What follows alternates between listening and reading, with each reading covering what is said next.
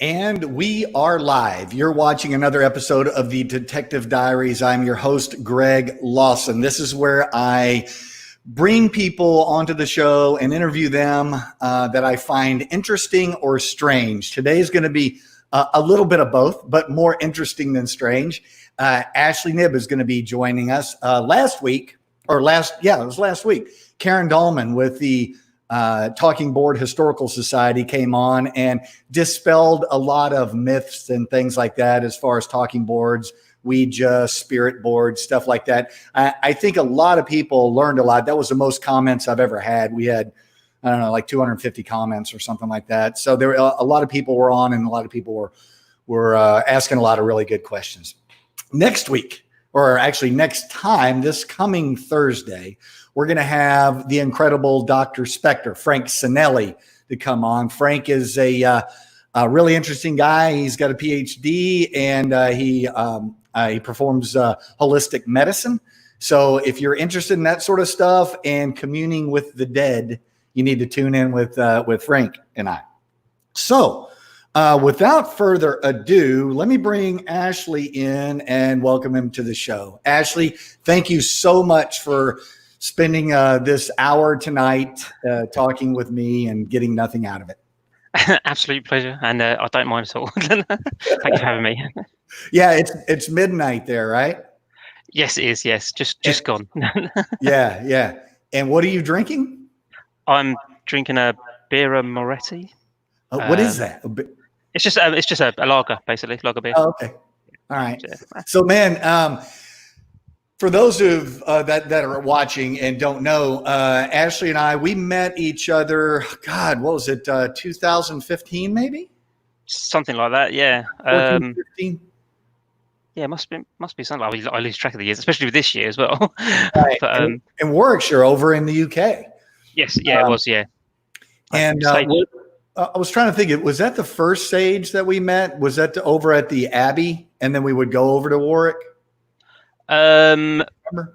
No, it's the one. It was the one when you guys were, because I only came. I think that was the one when I actually came just for the investigation itself. Okay, but not for the whole weekend because I couldn't make the whole weekend. And I think we met that we might have met before that actually. I'm pretty sure we met before that. But it's blurred. Yeah, I know, man. I know. It seems like I always fall back on Sage, and I always fall back on Warwickshire. I really found it absolutely amazing, the whole castle and the whole history and everything behind it. Have you been able to spend very much time there? Actually, with Sage was my first time going there on a paranormal aspect, anyway. And I too found it really, really fascinating. So like getting in places and going around the whole place. It's just it's huge, isn't it? So it's like you need a long time. Yeah, that's it. Yeah. Just to get around the whole thing and get to some of the places of interest and stuff like that. And I'd love to spend time properly investigating it and properly researching the background of the paranormal around that place. I'll tell you, but that's got to be a book in there in itself, pretty much. Right. Like there's all kinds of locations, and I know you we're going to get into your book here in a little bit, but you have talked and you have written on paranormal locations, and that's one of those things where somebody reports a paranormal incident somewhere, and then a guy like me comes in and does the background investigation on all of the the history, any kind of records, that sort of stuff, and I come up with nothing. I come up with I don't know, no one has ever died here, no one has ever there's never been a seance here, there's nobody's buried here, I can't find anything, but there's this paranormal air to it. Well, yeah. Warwickshire's completely different, right? Yeah, it's got a bit of history there. there's plenty of reasons why someone would be a ghost or feel trapped there. I remember this is the oubliette. Oh yes, yeah. Did you actually go down in there? Yeah, went all the way down the huge long staircase, all the way down into the dungeon part, and then you've got the oubliette as well, which is that's amazing. And just to think that they put allegedly they put people down there, or enough like that, to punish them and stuff like that. It's just you just think those were dark times, Right. in my country. So if energy of some kind does generate some kind of future paranormal sort of activity and stuff like that, then those kind of experiences and those that kind of situation could quite easily generate that in my opinion, if that is what it is. It's crazy, man. So I wedged myself down in there, and you're looking at the rocks. There, I believe it was all limestone. So limestone's very porous. So people's DNA, their bodily fluids, everything is just in that rock, and it's terrifying if you could think about. Oubliette, I believe, means to forget. So you just take somebody, stick them in there, and you just don't ever feed them, don't ever take them out. And whenever they die, and you put another one in there, or they put multiple people, I guess, in there. Yeah. So for those of you who are watching, you're watching the Detective Diaries, and I am talking with Ashley Knibb, and he's over in the UK right now. Ashley and I have been over at Warwickshire Castle in the past and have kind of investigated and done some of the same stuff. Have interest in some of the same things. So if you have not already, you can go ahead and go down to comments and comment where you are watching from. It would be really great. If you would share this broadcast, it would help out so much. You would not believe the amount of exposure I get whenever you guys share. It's pretty amazing. Let's take a look and see who all we have. Oh, I got Ken Larson's here. Hey, Ken. So Ken is a really good guy. He's in the process of looking at one of my old parachutes. He's a skydiver and part of the 82nd Airborne Division reenactment team. And they were just over for D-Day doing the reenactment at D-Day, just like a few months ago. But anyway, hey, Pamela. Let's see. Spooky Sisters. Yeah. Yeah. Hey, Pamela. Anyway, so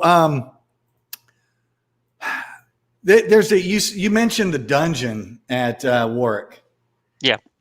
And this is part of the dungeon, and I'm pretty sure they didn't have this, this apparatus hanging whenever the dungeon was there. But it's a pretty amazing place. When you were there, were you assigned a particular place when they were doing the big ghost hunt? Yeah, so the first time I was there, which I don't think you were there, or you might have been, I can't remember. I was talking, so I was assigned the tower, which we didn't have the time. I think the news, because you was assigned the bear pit, wasn't you? First of all, right? Yeah, right. And I think I actually managed to move around between them because I wasn't actually assigned a location, so I was kind of like going between. So the tower, the first time I was there with the tower, that was quite interesting because people come in with different ideas and stuff like that, picking up on not just paranormal activity related to Warwick, but also picking up things from each other as well, which is quite fascinating. But the second time when I was there with you, you showed us about the bear pit and all that kind of stuff, and some interesting kind of angles of thought on that as well, which I quite enjoyed. And then I think we had John Zaffis in I'm going to call it the music room because there's a big piano in there. Right. So, right. And I think MJ was in the bedroom. I can't remember what its name is, but it's panelled. It's got some kind of relationship to Aleister Crowley. So kind of I got to move between quite a few different locations on that particular occasion, and that was quite good because you get a bigger feeling for the location, I think. And since then, I went back on a charity kind of investigation with another group and got to go to a few of those places again, which is quite interesting too. So but again, I still don't think I've hardly touched. It's like an iceberg. I've hardly touched the surface of Warwick Castle. There's so many different places within it. I've only mentioned 3 or 4 different places that I've been to probably within there and spent some time in investigating. The place is huge with many bedrooms and many locations in it, sort of thing. Oh, the King, is it the Kingsman, or what it's called, down sort of stairs as well. We went down there as well, didn't we? So it's an interesting area. I get I like going out on ghost hunts and stuff like that in large groups and stuff, but I like what I call properly investigating in a smaller group where you can reduce the amount of variables that are involved, stuff like that. So then you can begin to look into things like EVPs and things like that to see what's actually going on, and get a better feel for it. But then it's interesting because you don't kind of get that kind of same social kind of aspect of ghost hunting that you get in a bigger group. So it's kind of Right. but a place like Warwick Castle, you need a big group just to. I mean, the obvious thing is that the money, Yeah. it costs a lot. So let's be honest, you can't really get a place like that without a decent amount of people and buying in, sort of thing. Right. Yeah, and it's so big, you don't really cross over. You don't get into each other's business because you're so far spread out. And I know that you do very specific research, and I kind of do too. And whenever I do any kind of investigation, I will go by myself typically. And I'm going to talk to Frank Sinelli next on Thursday. And he's one of the ones that kind of got me off of that a little bit because I was, the only experiences I've had have been metaphysical experiences. I haven't seen a ghost, but it doesn't mean I'm not still looking for one. But I try to stay away from a lot of the gadgetry, and I just use analog and digital audio and video, and just kind of go with that because I understand how it works.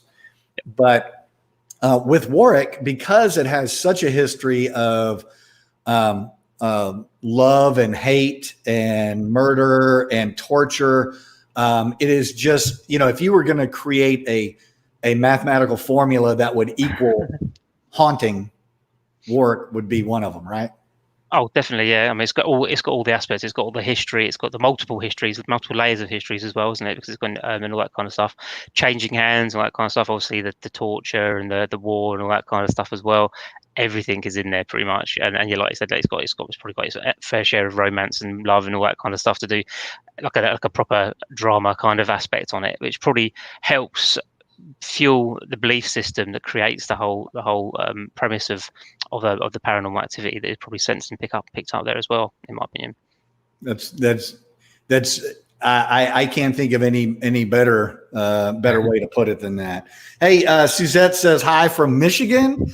Mark is in Gettysburg, PA. Really, I didn't know you lived up there, Mark. That's awesome. What do we got here? Eric Newberger is a buddy of mine from elementary school, believe it or not. Yeah. So I've known that guy since we were like 8 years old, something like that. Wow.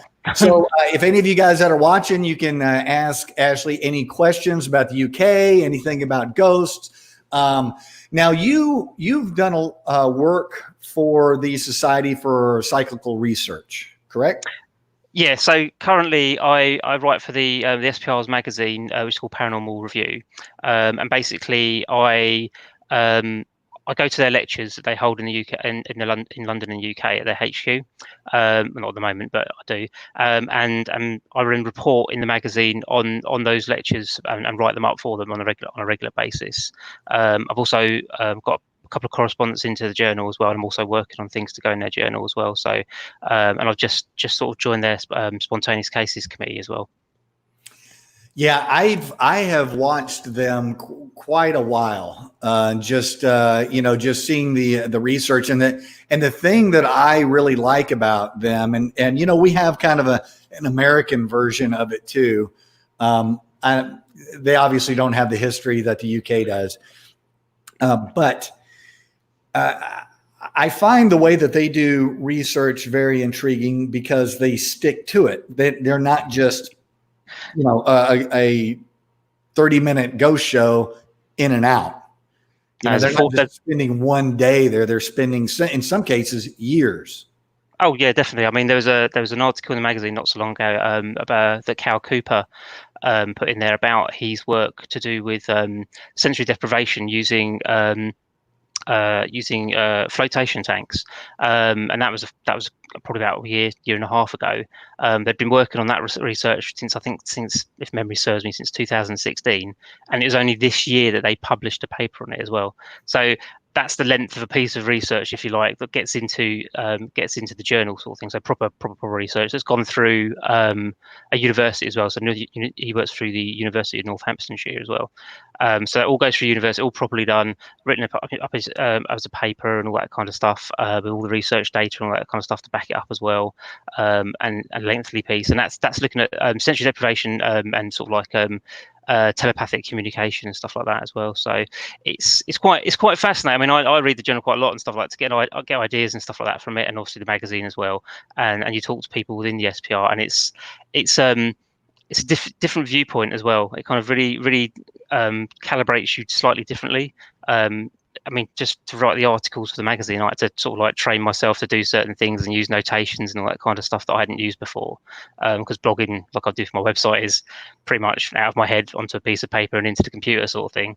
Whereas writing for a magazine, for the SPR magazine, and also for the journal as well, has to be in a specific format and all that kind of stuff. So you have to follow their methodology and dot the I's and cross the T's and all that kind of stuff nice and properly. But it makes you do it properly, which is really good.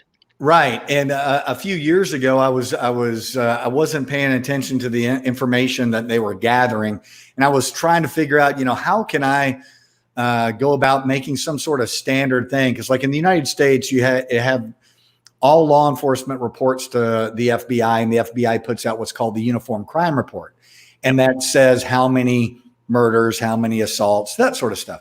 And I thought it would be really interesting if an organization would do something similar to that, to categorize all of the reported events and incidents, and kind of categorize them. But I don't. So that would be a lot of work for very little money, I think. It is a lot of work, but it's not something that they haven't kind of tried in the past. I mean, when they first come together in like the late 1800s, in 1882 or where it was, they put together something called Phantasms, which is a book basically, or several volume books, which categorizes, or well, it doesn't much categorize, but it has lots of different cases in it about people's apparitional encounters and stuff like that. And they went all through that kind of, and that kicked off how they documented all these cases, put them all together, come up with ideas about what they want, began to theorize about what they could be, what they aren't, and all that kind of stuff.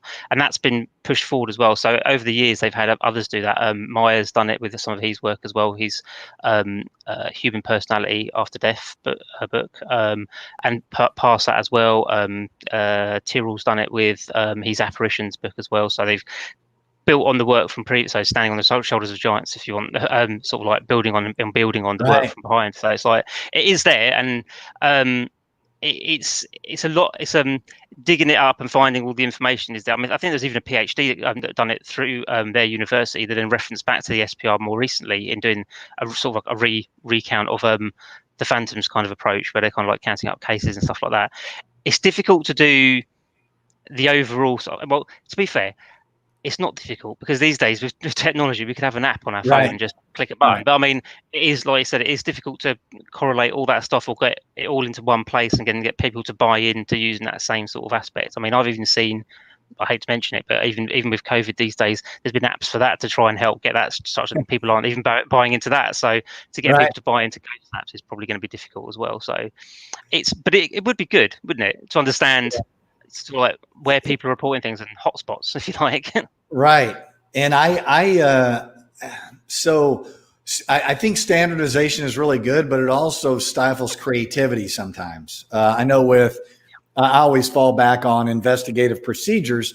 Like with cops, some cops like writing tickets, some cops like, getting out of their car and walking through parking lots or shopping centers. Some cops like just sitting and doing nothing. Some like, just doing different types of proactive stuff.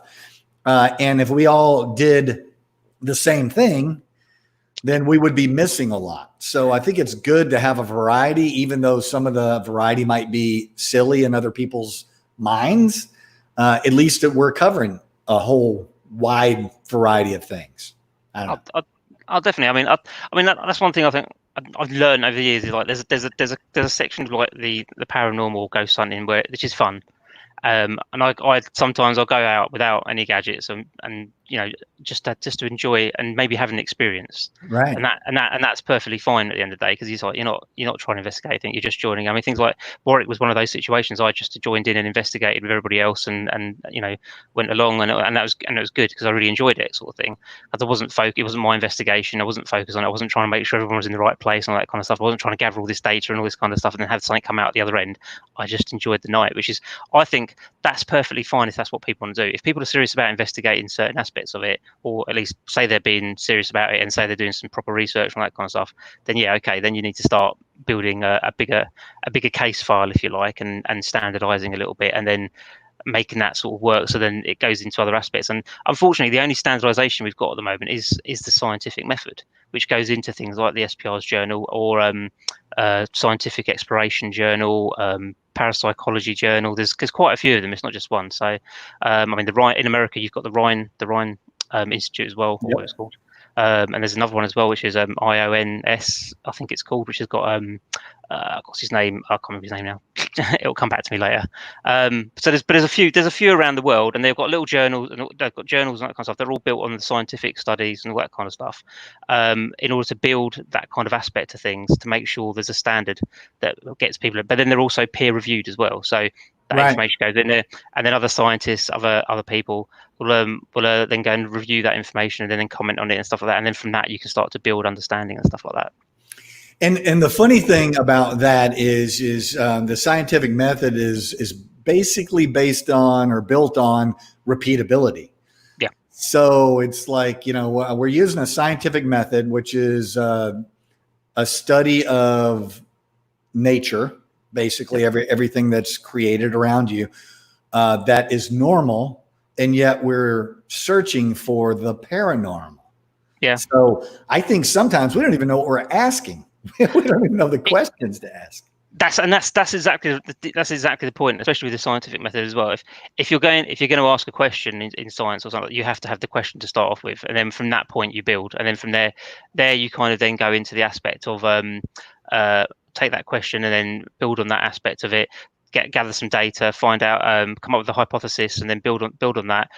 Experiment around that hypothesis, find out what comes out the back of that, and then obviously you get to the result that you want, or you end up rinsing and repeating until you find out more things and stuff like that. Sometimes you keep going round and round in circles trying to. The paranormal is very difficult, because often we'll look at a singular event or a singular location and not realize that if you zoom out and encapsulate a lot more information across the board, across the country, across the world, you can then begin to understand bigger aspects of what's going on, about apparitions, about ghosts, spirits, all this kind of stuff, and other paranormal events. I think the biggest problem we have is we focus on where we are in the now. So our investigation of the moment or the night becomes our main focus, and we think that we can't expand on that. But if we go back to the same location 5 times, we can drill down from that. So you go in once and you go around the whole location. You go in the second time, and then you take what you took from the first visit, and you go, okay, right, that I had activity in room A and room B, so I'll focus on those 2 rooms the next time I go back. And then you begin to build on that kind of aspect of it, and you build your picture across that point, rather than just going in one night and going, oh, that place isn't haunted, or that place is haunted. So you kind of have to build on those aspects, I think. Right. And I think that's where it comes into, the difference between a ghost hunter and a paranormal investigator is, the amount of investigation that actually goes into it, and amount of dedication. Because like you said, I love going someplace. I go to 10 Bells and have a few drinks and then walk around Whitechapel down there. That's ghost hunting. That's paranormal exploration, right? Yeah, definitely. Yeah. And I love doing that. And then I also like the investigative part of it, and actually spending time and going back multiple times. I think that's incredibly important. Shiloh from Tennessee. What's up, Shiloh? Thanks for tuning in. Victoria. Victoria Wells? I do, yes, Victoria Wells. Hi, Vic. I was called Vicky. Yeah. Let's see who else we got here. Let's see, Spooky Sisters, and all right. So, one of your you were really kind. You did an article on my book maybe a year ago, probably. Was it year, couple of years ago. Yeah. 2 years ago. Yeah. Yeah, I really appreciate you taking the time and doing that. I owe you one on that when I get back over. So to be fair, I'd say as I saw it, and I did really enjoy it. I liked the methodology you've got within that book. It's good to see that kind of approach. To be fair, and it'd be good to see that more widespread in my opinion. But well, it's all about time and dedication, right? It's all about whether you actually can spend, that much time searching through records and sitting at home searching through computer records and going to multiple different places and trying to find, lineage, family that might still be alive, that might have letters or something like that. It's not everybody's cup of tea, as we say. No, it's not. I've been working on there's a ghost story of Sarah Hornsby here in Austin that would have originated from the 1840s. Right. And it's pretty, the whole thing is pretty interesting because it's supported by several letters that she wrote to different people that the family still have. So cool. It's a very interesting case. People can look up Sarah Hornsby on the internet, and there's a whole bunch of stuff on there. Hey, Kat's got a question. Hey. So she says that that was the article that got her interested in my book. See what I tell you? Thank you, man. Well, all right. I had a few people buy my book because of the article that you wrote. So that was really cool.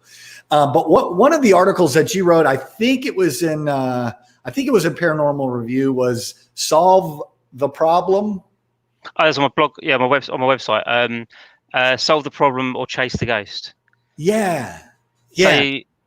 So the thought that's what I call my psi theory on my website, basically, and it's a concept in my mind. It's like and basically it's what we've just been talking about. If you're going in to solve the problem, which is basically the paranormal event that's has occurred, and you're trying to work out why it occurred, where it occurred, and how it occurred, all this kind of what the source is, and all this kind of information. Or you're going to go into that place and you're going to chase the ghost. So you're going to go ghost hunting and have fun and see what happens and all that kind of stuff, and come out and look for an experience and stuff like that. I think that you can do both at the same time, but I think you lose the one aspect. If you try to solve the problem without and end up chasing the ghost, you'll never solve the problem. And if you chase the ghost and try solving the problem, it'll never happen. You can't do one or the other. As I've explained already, I often go and chase the ghost because I like that, because it's a bit of fun. But I also quite enjoy trying to solve the problem, because I'm a problem solver in my day job and in life probably. So I like looking at problem solving. So I look at a ghost investigation or a paranormal investigation, should I say, as a problem to be solved, sort of thing. So you've got a paranormal event that's occurred, and you try and gather all the information, the data, and all that kind of stuff to try and understand what it is that's occurred, and try and turn it from paranormal into normal at the end of the day as well. Right. Yeah. I found it very interesting, because that's kind of what I struggle with a lot of times. I like shows like Fact or Faked, or other ghost investigative shows that actually look further into the anomalous thing that happened, as opposed to just it's a demon and you're freaking out. Speaking of just it's a demon, hey, there's MJ. Hey, MJ. So yeah, and I kind of so I'm accused of being a debunker all the time, right? And I'm not a debunker, but if it's not paranormal, it's not paranormal. I had for years. I got accused for sitting on the fence all the time, and there's like it was a comment. It wasn't a hurtful approach. It was like you either believe or you don't believe, and I said, well, I don't disbelieve, and I don't believe, because I haven't got enough information to support either way. So I stayed up sitting on the fence all the time, and I think people found it a bit funny, because they thought, well, I even got asked questions like, well, why are you here if you don't believe? And it's like, well, I'm fascinated by it and I want to understand more, sort of thing. But I won't get off the fence. If I have to sit on the fence, I'll sit on the fence, but I won't get off the fence until I've got enough information either way to make a decision to go that way. And that's but that, I've also been called a debunker as well back in the day. Well, and the thing about it is that that's what intrigues me about you is that just what you just said, but you're still asking the question. Yeah. You're still wanting to figure out, is this truly nothing but Big Bang and everything coalesced into a big ball and it got water on it and it grew moss and we crawled out and went to McDonald's. That's even more miraculous than having a God that put everybody down. Right? It is. I mean, it's Darwinism in its extremeness, but I mean, I just find it fascinating. It's like at the end of the day, if we're gonna look at questions, we might as well look at some big questions. The big questions that we've got are like, what's next after this life, and is the things that we think paranormal, are they paranormal, or are they normal? I mean, and that's asked quite a lot by professors and doctors and stuff like that. Actually, funnily enough, through the SPR and stuff like that, you see a lot of articles or a lot of information or a lot of discussion around where we think things would say, well, that's going to be paranormal. They'd actually give you a bit of a sideline that says, actually, it could be decidable, as being quite normal. Right. Things down to things like telepathic abilities and stuff like that. It could just be a part of normality of us as well. So the information we pick up. Speaking of that, Ashley, could you explain the theory of telepathic interaction as it relates to paranormal experience? God. Thanks, how long we got left? Right, okay, we got half an hour. Okay, okay. Right, so one idea around telepathic interaction that I got around ghost hunting, for example, is so you're in a location and you're there to find about a ghost that's supposed to be in a particular room. So you go into that particular room with a team of people. In that team of people, you may have people that have decidedly not looked up any information about the location or anything like that, and they appear to know nothing about the location, so they've got no information to give you or anything like that verbally. Now, telepathic interaction, though, however, is like a additional sense that allows you to pick up that information from people that have that information in their minds already. So it's not mind reading, because that gets a bit confusing if you call it mind reading, because it sounds like a trick. It's almost like a standardized sense that we use when we go. So when you go into a room, for example, immediately your eyes and your smell, you're basically picking up different aspects through your senses in order to give you yourself enough information to deal with the room that you're in.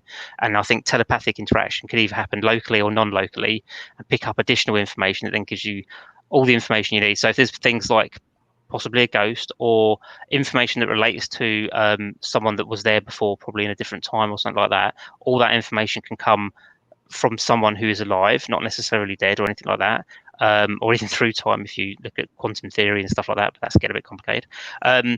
But then once you've got that information, if you want to move on to things like seeing ghosts, because you've got that information in your mind, it could work like an acetate from an overhead projector. So that information is then overlaid the information that's coming in through your optic nerves and all that kind of stuff that goes into your brain, and then basically overlays it. So what you see in the room is then a ghost or information as a ghost in the actual room you think, but it's not actually physically in the room, it's in your mind, not in the room.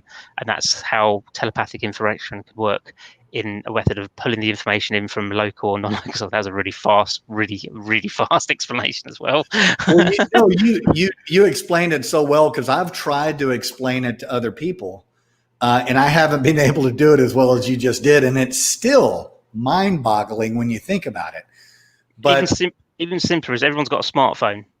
On your smartphone, you've got social media, and you put all your memories and all that and pictures and all that kind of stuff up onto social media in the cloud, and then someone else can just see that information on their phone, and that's basically telepathic interaction. They're pulling information from a different source and then being able to see it. So it's accessing information. It's all about information opposed to afterlife situation. But that's one theory. I'm not saying that ghosts don't exist. I'm not saying that afterlife doesn't exist, because I've got no evidence to support either of the situations. They're just coming up with theories and ideas to try and look at things differently, and understand things. And then you build, like I said earlier about the hypothesis, you build then the information that piles into that to see what works best. Yeah, my unrefined hypothesis is we are already equipped to detect these things. And through generations and generations and generations of religious suppression and things like that, has really pushed us away from our natural ability to be intuitive about our environment. No, that's a fair theory, to be fair. And I think I've seen papers written on that by what was the guy's name? Carpenter, and he wrote basically that it was it's an additional hidden sense that we've got, and just like how the deer can sense that the tiger's watching them, kind of thing. Right. Sense of being stared at. I think Rupert Sheldrake calls it. Yeah. And because we've got that inbuilt to us, but as we've grown through time and evolved and stuff like that, and lived in less threatening situations, let's say, so we're not in caves anymore, we're in houses, and we've got doors that we can lock now, and there's no chance anything comes down. We don't have to sense that something's gonna suddenly pounce on us or something like that, like a saber-toothed tiger. So it's kind of been suppressed, like you said. And I think even more so now with technology and stuff like that, and the noise, as it's called, of everything that's around us, is beginning to suppress it even more. Which is why when we try to reach out to those aspects, so we either look for sensory deprivation, like Cal Cooper, like I mentioned earlier, meditation as well is another one as well, to focus the mind in order to get access to these kind of higher states of consciousness, if you like. And gain that. The funny thing, you brought up sensory deprivation. I've been in a deprivation tank before. I was used as basically as a dummy for a company that worked for other space companies, and they're preparing human beings to go into space. Well, you use people in deprivation tanks in order to be able to orient themselves and everything. Oh. So I have 82 minutes, I think, in a deprivation tank. And it's a very different thing, very different experience to be in that. Hey, Leanne says, remember the investigation we did once? You're told that there were too many people in the investigation, and then the ghost won't visit. So kind of back what we were talking about earlier, as far as the amount of people. What do you think about that? What do you think? Is a ghost more likely to, or is something more likely to happen with you alone or with a bunch of people? I maybe not with you, but no, I think it's I mean, if something, the problem is if something happens to anyone alone, it then becomes their own personal experience that they've had themselves, and it's not something that they can really it's not something you can prove. It's only something you can chalk up as an experience, in my opinion. So it's difficult to prove that. If you have somebody else there, even if you have somebody else there, because I've had an experience where Peterborough Museum, when I was investigating, two of us saw the same like a ball of light kind of apparition kind of thing on a staircase. We both saw it and all that kind of stuff. Didn't know what it was. Could have been anything. There could have been a natural explanation, but we both saw it. So it was literally one of those conversations like, do you see that? And I was like, see what? Because you don't want to give too much away. It's like up there, and it's like, and so they were like, I've been in those situations where there's been things that we've seen, but at the same time, I'm again back on that fence, going, okay, that was weird, but and a little bit strange maybe, but I still don't know what I'm seeing. I'm not going to say, okay, there's a ball of light, so that's obviously going to be a spirit, because I still haven't got enough information and data to put towards that. And I know that definitely sounds like I'm on the fence there, and I'm quite happy to be in there, because that's kind of where I like it, because I'm looking for that information to get me off the fence. And if that day one day takes me to the side, it says, right, I 100% believe now, because I've had all the information I need to prove that's there, then I'm there. But it's still a bit difficult. No, I'm up on the fence with you most of the time. So I completely get it. For those of you who might have just tuned in, you're watching the Detective Diaries. I'm your host, Greg Lawson. We're talking with Ashley Knibb over in the UK, and we're talking about ghosts and hauntings and all kinds of stuff. Eric has a question. Do y'all think one sense like smell, sight, or physical reaction is more prominent than others when it comes to sensing a spirit? So I know that people, normally you don't feel your skin. I mean, you can feel your skin, but normally you don't feel it as it's on you. And I've had many people that have had experiences where they sensed energy in the room or whatever, and their, the hair on their arms stood up and their skin tingled. But what do you think? Yeah, I think that's a fair assessment, because I mean, a lot of the times when people that I've been with in investigations have mentioned things like that, it's been, oh, I feel a presence. So it's not like something's touching them or anything like that. It's there's this sudden you know something's there, and they understand it's something there, which to me again throws me back towards like a telepathic connection or something like that. That this alerting them to something being in the vicinity or something like that. Maybe a sense in that respect. Is there one physical sense that we've got? That, I mean, again, it's difficult because your ears and your eyes can be fooled.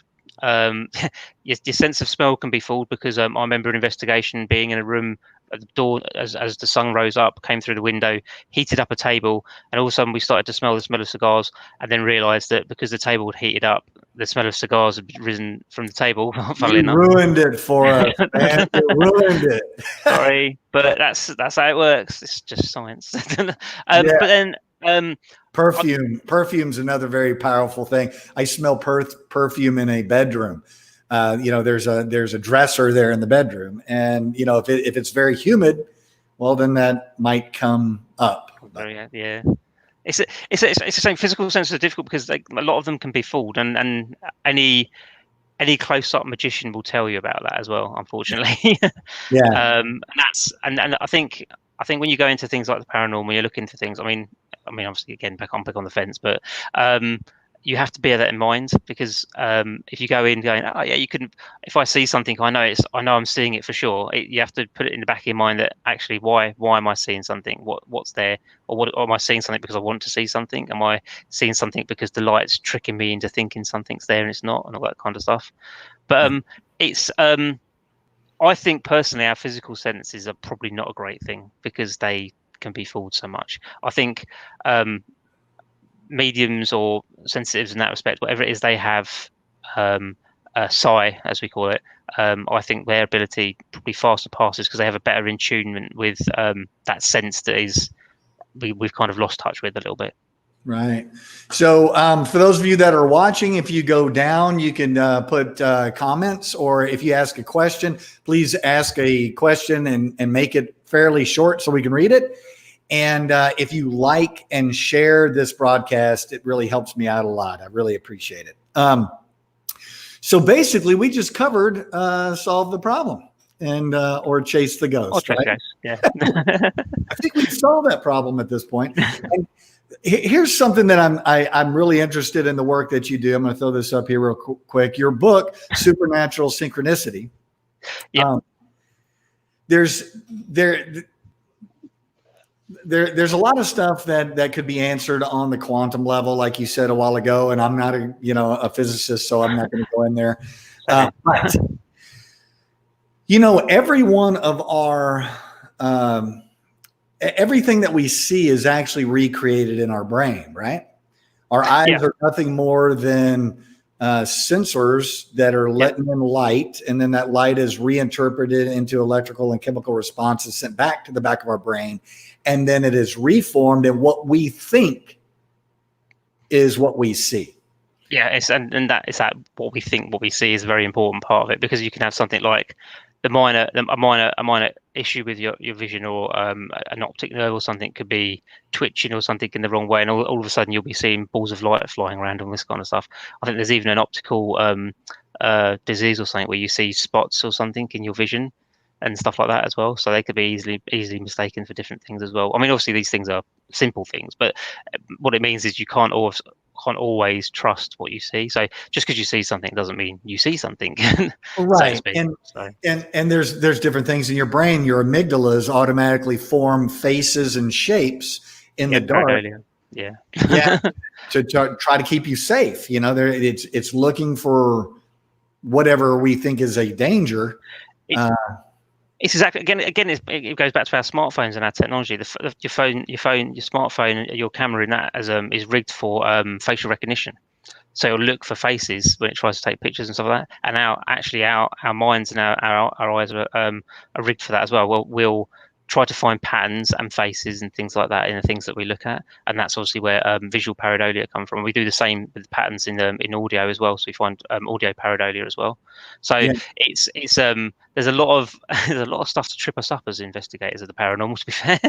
Yeah, the pareidolia is, for those of you who don't know, that's basically your mind is creating shapes, and those shapes could be visual shapes. They could be hearing what we think we hear, and we make it so.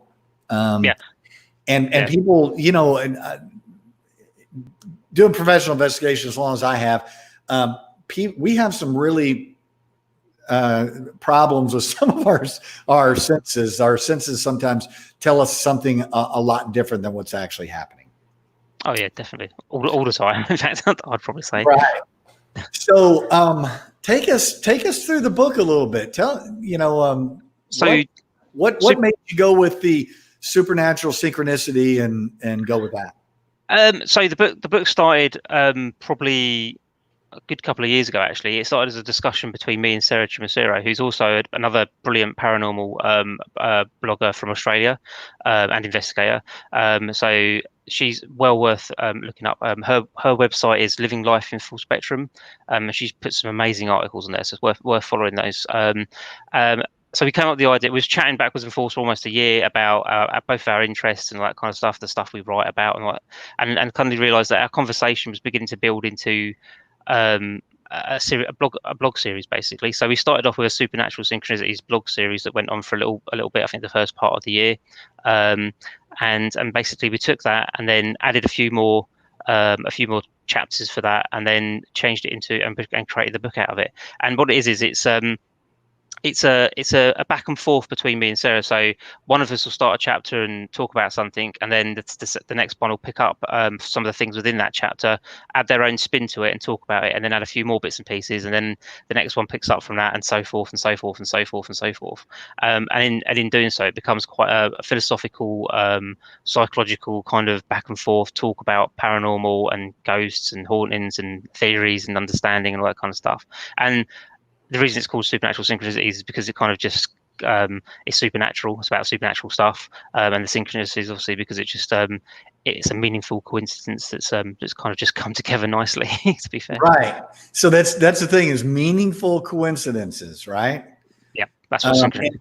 And I look at things. The definition of miraculous is 1 in a million. Yeah. So. Yeah, I have some miraculous things that happen to me every once in a while. And the synchronicities for me often are very transitory. It's almost like a deja vu. It's there, it's perfect, and then it goes back away. So it could be. I think the series Hellier kind of like brought them quite to the forefront for a lot of people. Synchronicities, and funnily enough, until I watched that, I didn't think about it. But actually, when you investigate, you do get synchronicities occur, and things happen, and in normal life, obviously as well. And those meaningful coincidences kind of happen. You just think oh, that's interesting, but you don't really realize that that's it's one thing after another. And sometimes you do get one thing after another, after another, after another. And it's like almost like it's going, look over there, look over there, look over there. No, really, look over there, and you're kind of just missing it. And those synchronicities are really great. But I mean, I've not had many in recent times, but I mean, those are interesting things within themselves because and the synchronicities of how people meet and interact also I find kind brilliant. Of interesting. Oh, definitely, yeah. I mean, it's like again back to the book. Me and Sarah have never met face to face. We've met on a thing like this, I think, once or twice, maybe before. But that's not really meeting. But we managed to still put the whole book together because we got the same kind of mindset and stuff like that. And even weirder is we both work in the same industry, in IT and stuff like that as well. So it's like we've got similarities that kind of like work really well. So we've got the same. We found it really easy to work together to put it together. It's kind of the best way to put it. Hey, I want to give a shout out to Phyllis Ramirez. She is one of my relatives, and she is, I think, down someplace close to San Antonio. I can't remember where Phyllis lives. Hey, Phyllis, thanks for tuning in. So, man, it's we've been talking for 48 minutes. I'm not sure how that happened. Let me check real quick and see if we got any other. Let's see. Okay, last chance for anybody who wants to ask any questions. Go down the comments, ask your questions. Otherwise, I'm going to kind of go back to solving the problem, I think. Okay. Like I said, I found your article very, very interesting, and there were several different things that you talked about. You talked about large ghost hunts. You talked about individual locations, and then you talked also about debunking. And so I know we've already touched on this a little bit, but do you think that that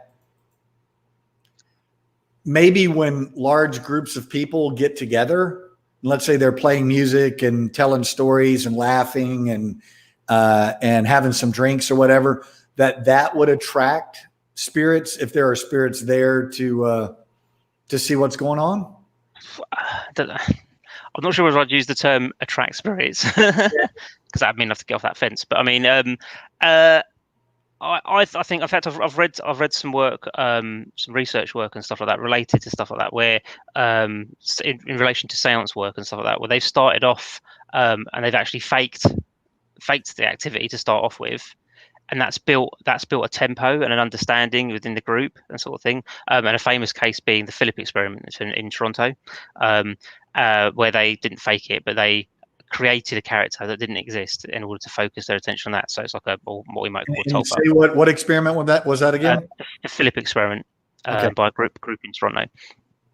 So basically, in I think it was the Entity letters I read about this, and it's by faking certain little bits and pieces to start off with, or you're getting the momentum going within the group, and that momentum creates a structure of belief around what's going on. So especially in a seance kind of environment, so if things can happen, because people, I mean, obviously not everyone knows that things are being faked, but only a couple of people do, and then that gets the momentum going. So for example, if you're doing a table tipping session and you start off by moving the table a little bit to get it going, so people begin to believe what's going on, and then you let it settle, and then it begins to pick up by itself. That could be telekinesis from the group or something like that, making the table move by itself, or it could be a spirit, if you like, communicating through the table. But you began by faking it before you get there, sort of thing, in order to ensure that belief, that bubble of belief, is created. And that's, I find that quite interesting in a fact that it's almost like telling us to do the thing that we never want to do, or never want to never should be doing, because you should never fake it. But at the same time, it kind of says, well, that helps drive the belief. And I think I think belief. I mean, you mentioned earlier about a formula. And I think belief is a big, huge part of that formula. Because if you go into into an environment like I do often, with a mindset of I'm going to capture it, I'm going to grab data, I see nothing. Nothing happens to me. But other people are going, oh yeah, this happened. Oh yeah, this happened. And I'm like, well, how come I keep missing all this kind of stuff that's happening? And it's that kind of aspect of it. But when you go in, like we said, into a ghost hunt just for that experience, you often have that experience because you're not focused on other things. And I think that's often why people may shy away from gathering all the data, because they're also trying to they don't want to miss out on having the experience, which is fair enough, because probably more likely to be there for the experience than the capturing of the data. And I've had people tell me, well, it's not happening because you're not open to it. It's like, no, I'm open to it. I didn't feel that touch. I didn't see that. I mean, like I said, I've had those other kind of, like I said, metaphysical kind of experiences. But Wes Coleman's got a question. Let's see.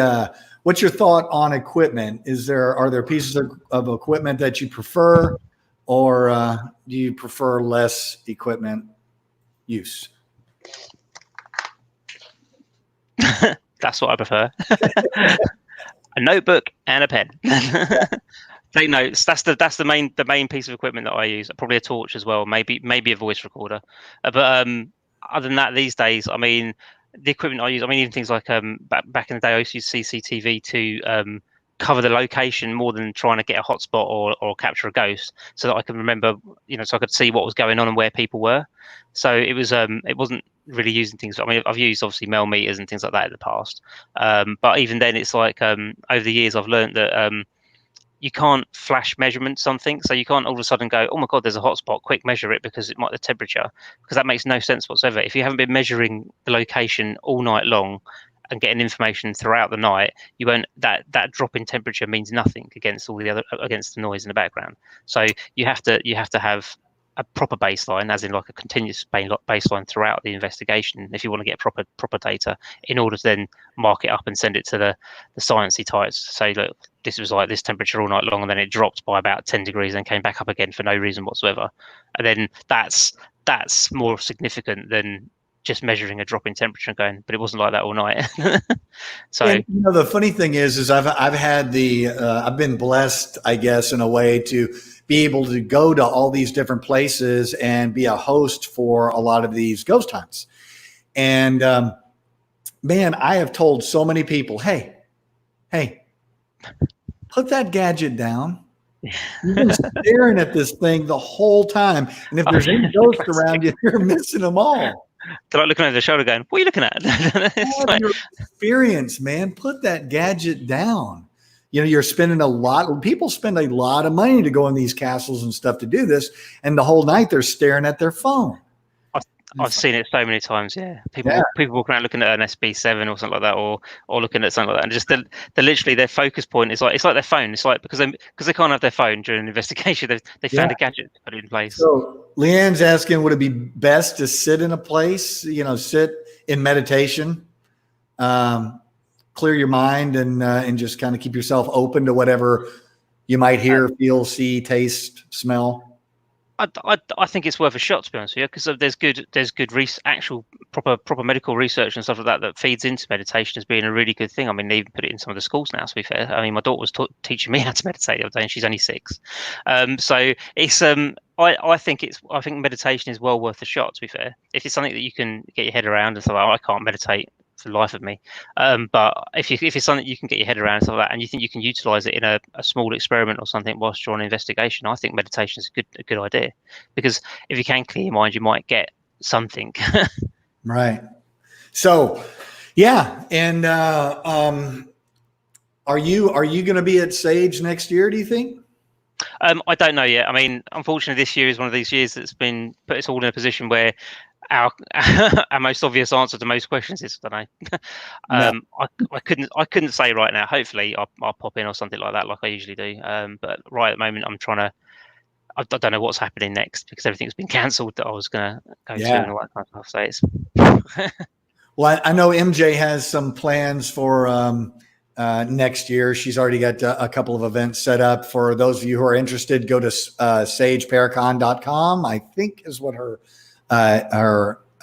think so. Yeah. her website is. But if you just Google Sage Paracon, it'll come up and it'll say what's going on. So where can people find you? My website's probably the best one, which is just ashleyknibb.com. I'm on Facebook and Twitter as well. On Twitter at Ashley Knibb. Most of my articles and things like that pop up on those on a regular basis, so that's probably a good place to find me. All of my blogs go on my website, and links to other things go on there as well.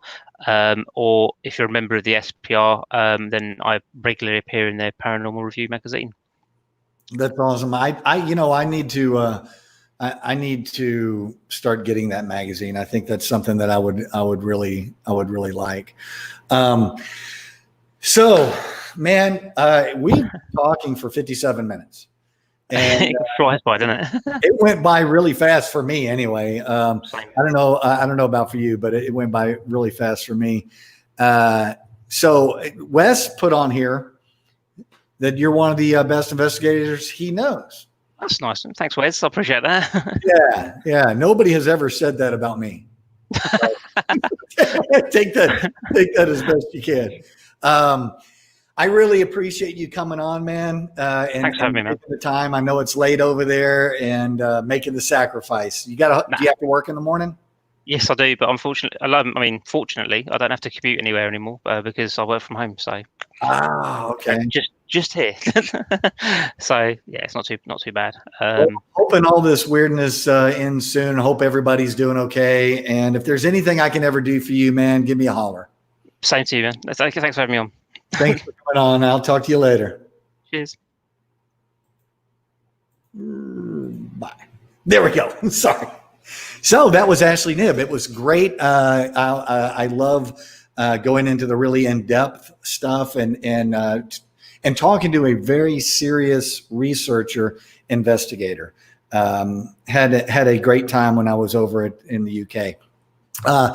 Next Thursday, we're going to have Dr. Spectre. Frank Sinelli is going to be on. He's a holistic medicine guy and a ghost hunter and an all-around cool dude. Also, check out the Travel Channel. If you haven't been on the Travel Channel lately, check out the Halser Files. The Halser Files are going into their second season. So if you haven't watched the first season, Hans Holzer was a paranormal investigator earlier in the 20th century. And he's got some really interesting investigations. And Dave Schrader and the team are all following up with those investigations. Also, Kindred Spirits. If you haven't watched Kindred Spirits, they do a great job going in and helping people. And they're a very, very unique show. So with that said, if you could like and share down there, it'd be great. If you can make any more comments, you have any other questions, Ashley and I will respond to your comments and questions later. And if you can go to my YouTube channel, it is the Paranormal Detective Greg Lawson YouTube channel, and like, share, subscribe, do all that stuff. It would be great. I really appreciate you guys spending the time with me, and I hope you have a great evening. See you guys later.